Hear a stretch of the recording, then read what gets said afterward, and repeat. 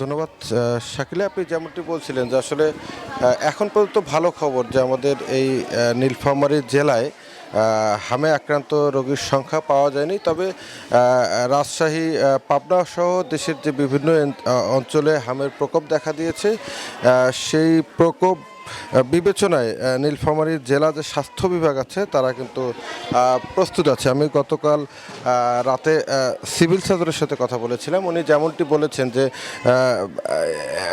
নীলফামারীর যে স্বাস্থ্য কমপ্লেক্স যেগুলো আছে, অর্থাৎ জেনারেল হাসপাতাল সহ উপজেলা পর্যায়ে স্বাস্থ্য কমপ্লেক্স আছে এবং স্বাস্থ্য কর্মকর্তা যারা আছেন, উপজেলা স্বাস্থ্য কর্মকর্তা, তাদেরকে প্রস্তুত থাকতে বলা হয়েছে এবং প্রত্যেকটি হাসপাতালে 3 থেকে 5টি আইসোলেশন বেড প্রস্তুত করতে বলা হয়েছে এবং এরকম নির্দেশনা দেওয়া হয়েছে যে যদি এরকম সাসপেক্টেড কোনো রোগী আছে, সাথে সাথে তার স্যাম্পল নিয়ে সেটির জন্য ঢাকায় পাঠানো হয় আর কি। আমরা এখন আছি নীলফামারী জেনারেল হাসপাতালের শিশু ওয়ার্ডে। আমরা দেখছি যে একজন চিকিৎসক, উনি শিশু দেখছেন আর কি, শিশু রোগী দেখছেন। আমরা একটু তার সাথে কথা বলবো আর কি।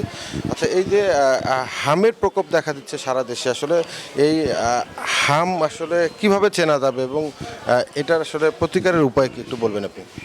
ধন্যবাদ এটিএন নিউজকে একটি জনগুরুত্বপূর্ণ বিষয় নিয়ে কথা বলার জন্য। আসলে সারা দেশের ন্যায় আমাদের দেশেও কিছু কিছু বাচ্চার হামের লক্ষণ আমরা পাচ্ছি। এ পর্যন্ত আমরা দেখা যাচ্ছে যে মিনিমাম 6 থেকে 8টা রুগী পাইছি যাদের হাম সাসপেক্টেড। আসলে হাম সাসপেক্টেড হলেই আমরা হাম বলি না, এটার কিছু বিশেষ লক্ষণ দেখা যায়। যেমন বাচ্চাদের তীব্র জ্বর হয়, সর্দি হয়, নাক দিয়ে পানি পড়ে এবং কাশি হয়।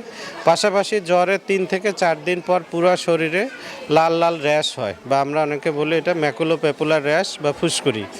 এই লক্ষণগুলো যদি দেখা যায় অবশ্যই ডাক্তারের শরণাপন্ন হবে। আমাদের কাছে আসলে আমরা এই স্যাম্পলগুলো কালেক্ট করে ঢাকায় পাঠানোর ব্যবস্থা করি। যদি কোনোটার পজিটিভ হয় তখন আমরা এটা অ্যালার্ট জারি করে দেই যে ওই বাচ্চাটাকে আইসোলেশনে রাখতে হয় এবং অন্যান্য বাচ্চা থেকে দূরে রাখতে হয়। এই রোগের যেটা ভয়াবহতা হচ্ছে যে এই রোগটা দ্রুত ছড়ায়। একটা বাচ্চা যদি অ্যাফেক্টেড হয় আশেপাশে 18 থেকে 20টা বাচ্চাকে সে অ্যাফেক্ট করতে পারে।